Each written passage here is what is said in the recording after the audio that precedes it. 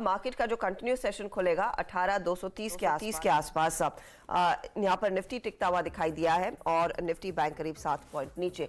लेकिन देखिए कहां पर पारी की शुरुआत होगी, जहां पर आज जो विदेशी मार्केट से क्यूज है थोड़े से नेगेटिव ही लिए हैं, तो एक नेगेटिव टिक के साथ हम ग्लोबल क्यूज देखकर मार्केट को अप्रोच कर रहे हैं।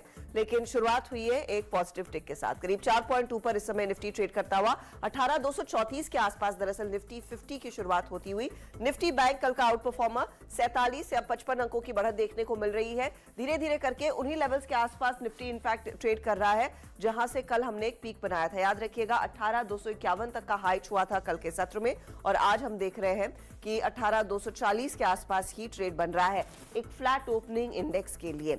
निफ्टी बैंक अब आपके सामने, यहां पर अब मोमेंटम आना शुरू हो गया है, 43,500 के पार निकला है निफ्टी बैंक। 65 अंकों की बढ़त इधर देखने को मिल रही है, तो इधर रिकवरी क्लियरली बनती हुई दिखाई दे रही है। हालांकि निफ्टी आईटी की शुरुआत एकदम शांत है और हल्के से नेगेटिव टिक के साथ 100 पॉइंट नीचे इस समय निफ्टी आईटी ट्रेड करता हुआ दिखाई दिया है। ग्लोबल सेटअप दरअसल थोड़ा सा आज बिगड़ा हुआ है, उसका एक ओवरहैंग मेटल स्टॉक्स पर भी देखने को मिल सकता है, लेकिन इंडेक्स सिर्फ 30 पॉइंट नीचे इस समय। फार्मा कंपनियों में थोड़ा सा एक्शन बनता दिखाई दिया है, तो निफ्टी फार्मा का इंडेक्स जो है करीब 16 पॉइंट ऊपर। ऑटो में कुछ खास चाल बदलती हुई नहीं दिखाई दी है और साथ ही साथ अगर आप देखें एफएमसीजी स्टॉक्स, भले ही यहां पर हमने देखा हो थोड़ा सा नेगेटिव टिक देखने को मिला हो इन टर्म्स ऑफ रिपोर्ट्स की पिकअप नहीं है, लेकिन एफएमसीजी काउंटर्स में मजबूत शुरुआत हो रही है। 18,215 पर आ गया, 240 तक टिकने की कोशिश की थी, हुआ नहीं। 18,215 के आसपास इस समय इंडेक्स, अब 18 पॉइंट की गिरावट। और निफ्टी बैंक अटेम्प्ट किया 43,500 के पार निकलने की,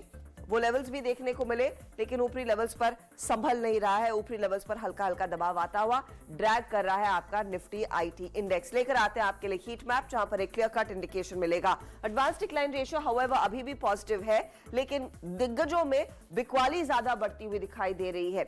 देखिए कच्चे तेल में जो 4% की गिरावट आई है ओवरनाइट, उसका खामियाजा ओएनजीसी भुगत रहा है 1% नीचे। मेटल्स में प्रेशर बनता हुआ हिंडाल्को जैसा स्टॉक 2% नीचे है। जेएसडब्ल्यू स्टील, टाटा स्टील जैसे काउंटर्स में दबाव बनता दिखाई दिया। एचडीएफसी जिसका दरअसल Q3 अपडेट ठीक है, not at all bad, stock में दबाव बनता दिखाई दिया। इंडसइंड बैंक भी आपकी स्क्रीन पर आता हुआ दिखाई देगा, जहां पर आज हम देख रहे हैं 2 से 2.5% तक की बढ़त के साथ कारोबार। ये इनफैक्ट पॉजिटिवली रिएक्ट कर रहा है अपने Q3 के अपडेट को लेकर, तो 2.5% तक का यहां पर मूव देखने को मिला। बाकी मार्केट पर अगर आप ध्यान दें, बीपीसीएल बहुत माइल्ड गेंस, करीब 1% ऊपर। अब ब्रिटानिया में हमने देखा आधे % तक की तेजी। कल एक्सिस बैंक की अगुवाई में तेजी आई थी, वो स्टॉक अभी भी ½ % ऊपर। स्टेट बैंक ऑफ इंडिया में थोड़ी सी खरीदारी बनती हुई। बजाज फाइनेंस जैसे काउंटर्स हैं जहां पर खरीदारी देखने को मिली है, लेकिन ऑन द होल ना टेक्नोलॉजी चल रहा है और ना ही ऑटो कंपनियां, यहां पर दबाव है और मेटल्स में तो ओवरहैंग है ही। तो 3 इंपॉर्टेंट इंडाइसेस, टेक, मेटल और साथ ही साथ ऑटो, उनका पार्टिसिपेशन है नहीं।